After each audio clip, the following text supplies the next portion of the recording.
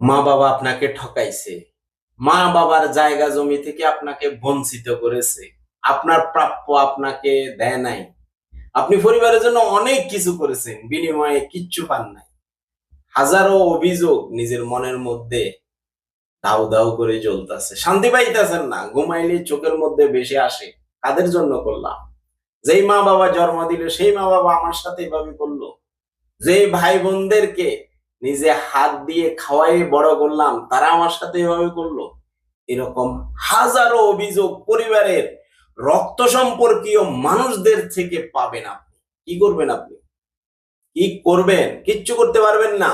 মা বাবাকে গলা টিপে মেরে ফেলতে পারবেন? সে অধিকার আছে।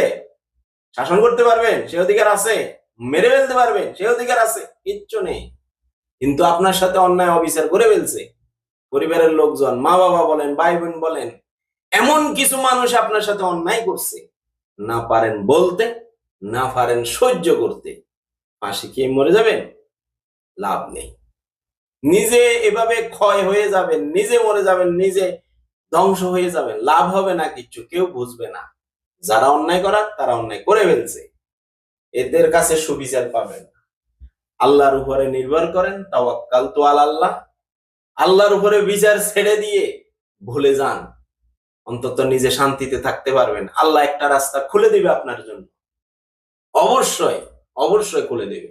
আল্লাহর উপরে ভরসা করে ছেড়ে দেন, কিচ্ছু করতে পারবেন না। এই ধরনের চিন্তা, এই ধরনের আফসোস করতে করতে নিজে জ্বলে ফুরে ছাই হয়ে যাবেন, শান্তি হবে না, অসুস্থ হয়ে যাবেন, রোগী হয়ে যাবেন।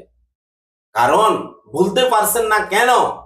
আপনজন, আত্মীয় স্বজন, যারা এই কাজ করতে পারে না তারা আপনার সাথে এই কাজগুলা করছে, আপনি মানতে পারতেছেন না ভাই।